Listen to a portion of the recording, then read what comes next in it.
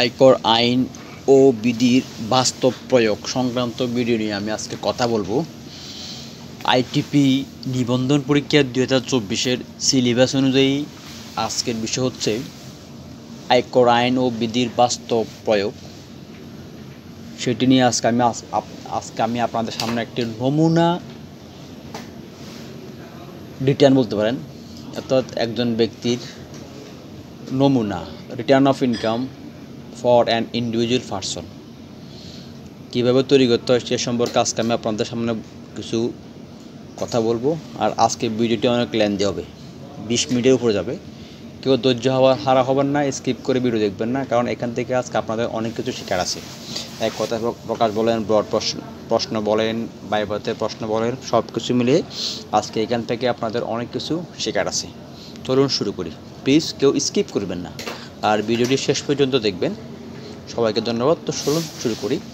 উপরে আপনারা দেখতেছেন national board of revenue nba.gov.bd IT 11/2023। এই যে IT 11/2023, আপনারা এটা মনে রাখবেন, হুবহু এটা বলতে হবে, ঠিক আছে? এটা হচ্ছে বেসিক তথ্য, একজন আয়কর দাতার বেসিক তথ্য। এটা কোন ফর্মে লিখতে হয়, যে সেই ফর্মটির নাম হচ্ছে IT 11/2023, ঠিক আছে? Form of return of income for individual person, ঠিক আছে?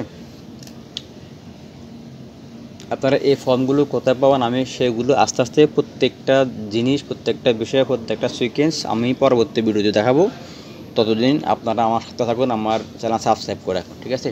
1 number, name of the tax payer, owner নাম লিখবেন, ওনার এনআরআই লিখবেন। 3 নাম্বার লিখবেন, তারপরে আপনার সার্কেল নাম্বার লিখবেন, জোন নাম্বার লিখবেন, অ্যাসেসমেন্ট ইয়ার লিখবেন। অ্যাসেসমেন্ট ইয়ার আর কর বর্ষ দুটো পার্থক্য আছে। আমি এই সংক্রান্ত আরও অনেক কথা আমার বিগত ভিডিওগুলো দেখছি, যারা এগুলো দেখেন না প্লিজ আপনারা আমার বিগত ভিডিওগুলো দেখবেন, 1 থেকে 8 পর্যন্ত পর্ব। অ্যাসেসমেন্ট ইয়ার হচ্ছে অর্থাৎ 2024-এর জুলাই 1 থেকে 2025-এর জুন 30 পর্যন্ত, এটা হচ্ছে অ্যাসেসমেন্ট ইয়ার। কর বর্ষ হচ্ছে 2023-এর জুলাই 1 থেকে 2024-এর জুন 30 পর্যন্ত, এটা হচ্ছে কর বর্ষ। রেসিডেন্স অ্যাড্রেস লিখবেন, ট্যাক্স পেয়ার ইন্ডিভিজুয়াল ডিকশনে দিবেন। এরপরে হচ্ছে আপনার ডেট অফ বার্থ, এগুলো ফিল আপ করবেন। হাজব্যান্ড ওয়াইফ যদি থাকে, স্পাউস নেম আর কি। অ্যাড্রেস দিবেন, ঠিক আছে? বিন নম্বর থাকলে বিন নম্বর দেওয়ার দরকার না। আজকে আমি এখন যেটা দেখাচ্ছি এটা হচ্ছে একজন প্রাইভেট চাকরিজীবী যার আর কোনো ইনকাম নাই, শুধুমাত্র তার জন্য। একজন প্রাইভেট চাকরিজীবী, তার শুধুমাত্র চাকরি থেকে ইনকাম আছে, আর অন্য কোনো খাত থেকে ইনকাম নেই। ওই সংক্রান্ত একটা ভিডিও নিয়ে আমি আজকে আপনাদের সামনে কথা বলতেছি, ঠিক আছে? এরপরে statement of income and tax, ঠিক আছে? During the income year ended on June 30, 2024, বুঝতে পারছেন? এটা এই এখন পর্যন্ত আমরা যেই পর্বে আছে, যে কলাম আছে, এটার নাম হচ্ছে কত? এই যে IT 11/2023। Statement of income year tax during income year ended হতো। Name of the tax payer, নাম দিবেন, 3 নাম্বার দিবেন। Income from employment annex schedule 1, অর্থাৎ এটা হচ্ছে 4:1। তার ইনকাম শুধুমাত্র তার চাকরি থেকে ইনকাম হচ্ছে 3,66,000 টাকা। তার র্যান্ট থেকে ইনকাম নাই, এগ্রিকালচার মানে কৃষি থেকে ইনকাম নাই, বিজনেস থেকে ইনকাম নাই, ক্যাপিটাল গেইন থেকে ইনকাম নাই, ঠিক আছে? আর কোনো ইনকাম না তার টোটাল ইনকাম 3,63,177। আর আপনারা এগুলো সব করবেন, এই যে এখানে 1 to 10 মানে কিগুলো সবগুলো যোগ করলে এতটুকু হবে, ঠিক আছে? আচ্ছা, এবার ট্যাক্স কম্পিউটেশন মানে কি? ট্যাক্স গণনা। ট্যাক্স কম্পিউটেশন মানে কি? ট্যাক্স গণনা, tax computation. Gross tax on taxable income, এই ট্যাক্সেবল ইনকাম 16,117 করতে আসতো, এটা আমরা একটু পরে দেখব। এটা আপনারা মনে রাখেন, 16,117, ঠিক আছে? ইন্টু 5%, 5%টা করতে আসলো। এটা হচ্ছে যারা আমার পর্বগুলো দেখেন না, 1 থেকে শুরু করে 8 পর্যন্ত, তারা কেউ বুঝবেন না। আর যারা দেখছেন তারা বুঝবেন। মানে 3,50,000 টাকা পর্যন্ত কোনো ট্যাক্স নেই, পরবর্তী ট্যাক্সের উপরে, পরবর্তী 1 লক্ষ টাকার উপরে 5%, ঠিক আছে? এই 5% হচ্ছে ওই 5%, ঠিক আছে? 16,117-র উপরে 5% ট্যাক্স কত হয়? 806 টাকা। আচ্ছা, ট্যাক্স রিবেট আমার নাই, মানে ওই এই লোকের নাই। মিনিমাম ট্যাক্স 5,000, অর্থাৎ আপনার 806 টাকা আসলো, 5,000 টাকার মিনিমাম ট্যাক্স দিতে হবে, যেহেতু আপনি ঢাকা সিটির মধ্যে বেচারা আছে। Tax payable 5,000, total amount payable 5,000। আপনি একটু এগুলো পড়বেন, এই যে 16,000, 17,000, 18,000 একটু এগুলো পড়বেন, ঠিক আছে। আচ্ছা, এরপর আসতেছি particular of tax payment, tax deducted or collected at source. ওই যে একটা ইয়া পড়ছেন না, উচ্চ কর বিধিমালা, এটা হচ্ছে ওইটাই, ঠিক আছে। উচ্চ কর বিধিমালা 2024, ওই যে ওটা আপনারা যদি না দেখেন আমার চ্যানেল ভালো করে, তাহলে এটা বুঝবেন না, ঠিক আছে। এটা হচ্ছে 4,180 টাকা এই লোকের চাকরি থেকে কোম্পানি কেটে রেখেছে। এটা হচ্ছে টিডিএস বলে, ট্যাক্স ডিডাকশন অ্যাট সোর্স। আর ট্যাক্স পেড, যেহেতু আমরা মিনিমাম ট্যাক্স 5,000, যেখানে লিখছি না মিনিমাম ট্যাক্স 5,000, তো অলরেডি কোম্পানি কাটছে 4,180 টাকা, ঠিক আছে। বাকি 820 টাকা আপনি বিকাশের মাধ্যমে বা চালানোর মাধ্যমে জমা দিতে হবে। ট্যাক্স পেড উইথ অ্যাডজাস্ট 5,000 টাকা, ঠিক আছে। এটা হচ্ছে সব কিছু মিলাই এই দুটো যোগ করা, অর্থাৎ এখানে 20 থেকে 23 পর্যন্ত যোগ করলে 5,000 হবে। আচ্ছা, অ্যাক্সেস পেমেন্ট দেওয়া হয় নাই। ট্যাক্স এক্সামটেড বা ট্যাক্স ফ্রি ইনকাম 1,83,000 টাকা। এটা কীভাবে আসছে এটা একটু আমরা পরে দেখতেছি। আচ্ছা, আর আপনি কী কী ডকুমেন্ট দিবেন এনক্লোজ করবেন ওইটা ওখানে নিচে উল্লেখ করতে হবে, ঠিক আছে। কী দিয়ে, 1 নম্বর কী দিলেন, চালান অ্যামাউন্টিং 4,180 টাকা। এটা হচ্ছে আপনার যেটা কোম্পানি কাটছে, ওটার আপনাকে কোম্পানি থেকে আপনি চালানটা নিয়ে নেবেন। স্যালারি সার্টিফিকেট দিবেন, copy of NID, tin certificate, bank statement, চালান। আর এই স্যালারি সার্টিফিকেট এটা নিবে ওই ব্যক্তির যেখানে জব করেন ওখান থেকে অ্যাকাউন্টস থেকে নিয়ে নেবেন বা ব্যাট থেকে নিয়ে নেবেন।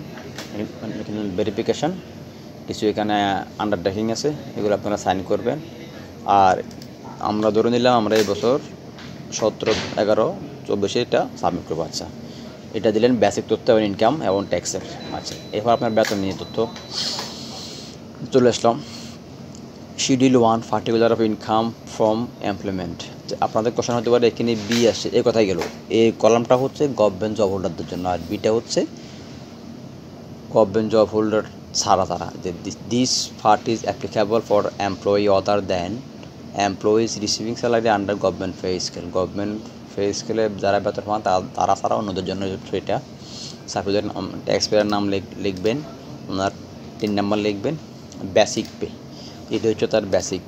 তার উনি যে মোট বেতন পাচ্ছেন এক বছরের মধ্যে, অর্থাৎ 2023 জুলাই 1 থেকে জুন 30, 2024 মধ্যে যে বেতন পাচ্ছে তার মধ্যে বেসিক পে হচ্ছে 2,80,125। আদার allowance, house rent, convince, medical, festival সব মিলে হচ্ছে 2,47,000। আচ্ছা, এরপরে এমপ্লয়িজ কন্ট্রিবিউশন পিএফ জমা হচ্ছে 21,656।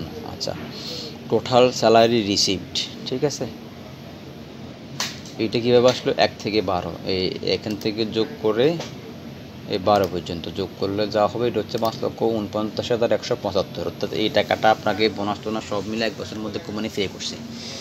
এই ফের মধ্যে একটা দিন দেখবেন exempted amount as per part 1 of 6 schedule. এটা হচ্ছে আপনার আয় করান, ভালো করে না পড়লে বুঝবেন না। তফসিল নাম্বার কত, অংশ নাম্বার কত, না পড়লে ভালো করে বুঝবেন না, ঠিক আছে। Exempted amount as per part 1 of 6 schedule 1/3 of total salary. অর্থাৎ আপনার মোট স্যালারি 3/1, ঠিক আছে। 1/3 অফ টোটাল স্যালারি টাকা 1,38,000, 1,83,000 সরি, और টাকা 4,50,000। অর্থাৎ আপনার মোট বেতন 5,49,175কে 3 দিয়ে ভাগ করলে 1,83,058 হবে। আচ্ছা, অথবা 4,50,000 টাকা।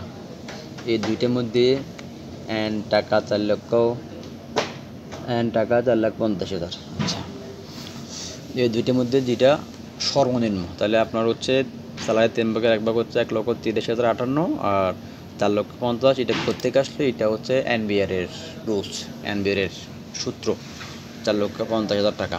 তাহলে কম কোনটা, 1,30,000 টাকা। এই 1,30,000 টাকা আপনাকে এটার উপর ট্যাক্স দিতে হবে না, ঠিক আছে। এই যে কিছুক্ষণ আগে বলছিলাম এটা কোত্থেকে আসলো, যে ট্যাক্স অ্যাবসেন্টেড, ঠিক আছে। এই টাকাটা কোত্থেকে আসলো, এই টাকাটা কোত্থেকে আসলো, এটা এই যে এখান থেকে আসছে স্যালারি, ঠিক আছে। এটা হচ্ছে কি ট্যাক্স অ্যাবসেন্টেড, এই স্যালারিটা।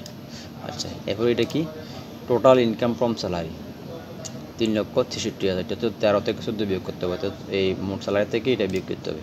3,63,117, এটা হচ্ছে, এটার উপর আপনার ট্যাক্স দেওয়া লাগবে। এই দেখছেন, এই যে ইনকাম এখান থেকে চলে আসছে, ঠিক আছে। আচ্ছা, স্যালারিটা তাহলে বুঝতেন, স্যালারিটা বুঝতে পারলেন। এরপরে আসেন আপনারা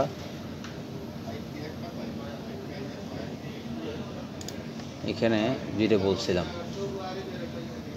এই 16,000 টাকা, 16,117 আছে, এটা আবার দেখাচ্ছি। এখানে আপনার টোটাল ইনকাম হচ্ছে 3,63,117, আর আপনার করমুক্ত আইসিম হচ্ছে 3,50,000, তাহলে 3,50,000 চেয়ে আপনার 16,117 টাকা বেশি ইনকাম করছে। তাহলে ওই 16,117 টাকা ঘুরে আপনাকে ট্যাক্স পে করতে হবে। এই যে এই টাকাটাই, এই টাকাটাই ওখান থেকে আসছে, ঠিক আছে, এইখান থেকে আসছে 3,63,117 বিয়োগ 3,50,000 টাকা, ঠিক আছে, বুঝতে পারলেন। এবার আমরা চলে যাই এক্সপেন্সেস, মোস্ট ইম্পর্ট্যান্ট। এইখানে এই কলামটার নাম হচ্ছে IT 10BB 2023, statement of expenses relating to lifestyle. এটা এই কলামের নাম কি বা এই ফর্মের নাম কি? আইটি 10BB 2023, ঠিক আছে।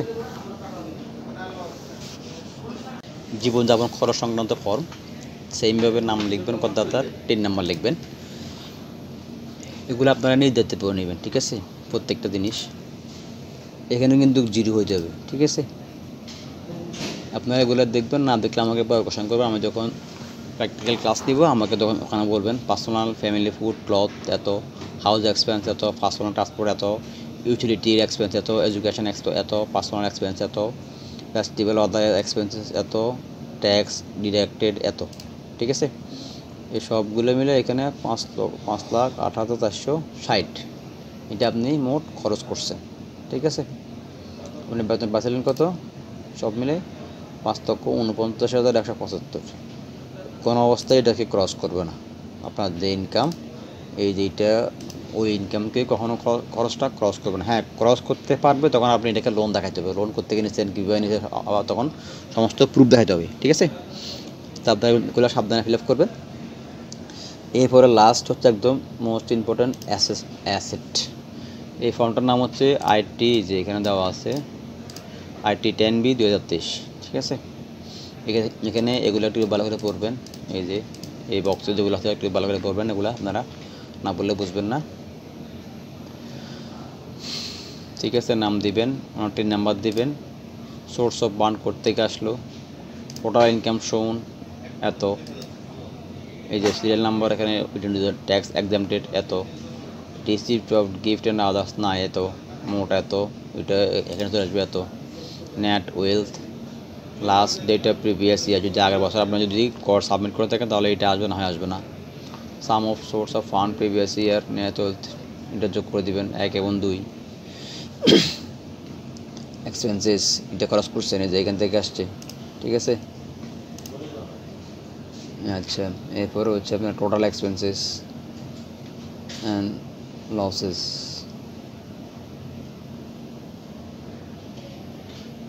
এই দুইটা যোগ করে এখানে দিবেন। নেট ওয়েলথ বিয়োগ করতে হবে, এই যে 3, এটা থেকে এটা, তখন এটা হবে, এটা হচ্ছে আপনার net wealth.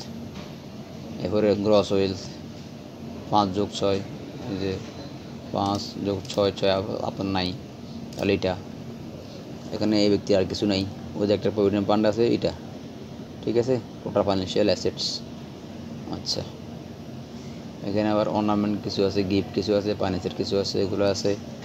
Total cash in hand হচ্ছে এত, total asset in Bangladesh and outside সব মিলে 2,03,000 টাকা তার হ্যান্ড ক্যাশ আছে, ঠিক আছে। এটা হচ্ছে অ্যাসেট অ্যান্ড লায়াবিলিটিস। তো আপনারা এই জিনিসগুলো খুব মনোযোগ সহকারে দেখবেন, পড়বেন, জানবেন, শুনবেন, ঠিক আছে। এই যে আপনারা এগুলো একটু মনোযোগ সহকারে মুখস্থ করবেন, এই ফর্মগুলোর নাম্বার। তারপর হচ্ছে আপনার লাস্ট হচ্ছে অ্যাকনলেজমেন্ট। আপনি যখন সব কিছু ফিল আপ করে আয়কর অফিসে জমা দেবেন, তখন আপনাকে এই ফর্মটা ওনারা এই যে এখানে সিল সাইন আছে ট্যাক্স অফিসের, ডেট দিয়ে নাম্বার দিয়ে সিল দিয়ে আপনাকে এটা দিয়ে দিবে। এখানে আমার ইনকাম কত দেখাচ্ছে, ট্যাক্স পেড করেছে কত, ওগুলো সব এখানে দেখাচ্ছে। ঠিক আছে, এখানে সব কিছু দেখাচ্ছে।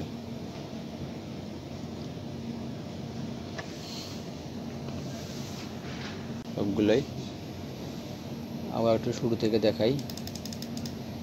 Return of income, salaries, expenses, assets and acknowledgement. ঠিক আছে, এগুলো আপনারা ভালো করে দেখবেন। তো আজকে ভিডিও এতটুকু ছিল। যারা এখনও আমার চ্যানেল সাবস্ক্রাইব করে না, প্লিজ সাবস্ক্রাইব মাই চ্যানেল। আর কেউ স্কিপ করবেন না, স্কিপ না করে ভিডিও দেখার অনুরোধ রইল। সবাইকে আন্তরিক অভিবাদন। যারা ইতিমধ্যে সাবস্ক্রাইব করে রেখেছেন সবাইকে অভিনন্দন। যারা এখনও সাবস্ক্রাইব করেন না, please subscribe my channel and like, comment, share for others. আজকে এতটুকু, আর একদিন অন্য একটি ভিডিও নিয়ে দেখা হবে। ভেবেছিলাম ভিডিওটা 20 মিনিটের উপরে হবে, তো আমি অনেক কাটছাট করে আপনাদের জন্য জাস্ট একটা আইডিয়া দিলাম। 20 মিনিটের মধ্যে আশা করি হয়ে গেল। সবাইকে ধন্যবাদ। আসসালামু আলাইকুম।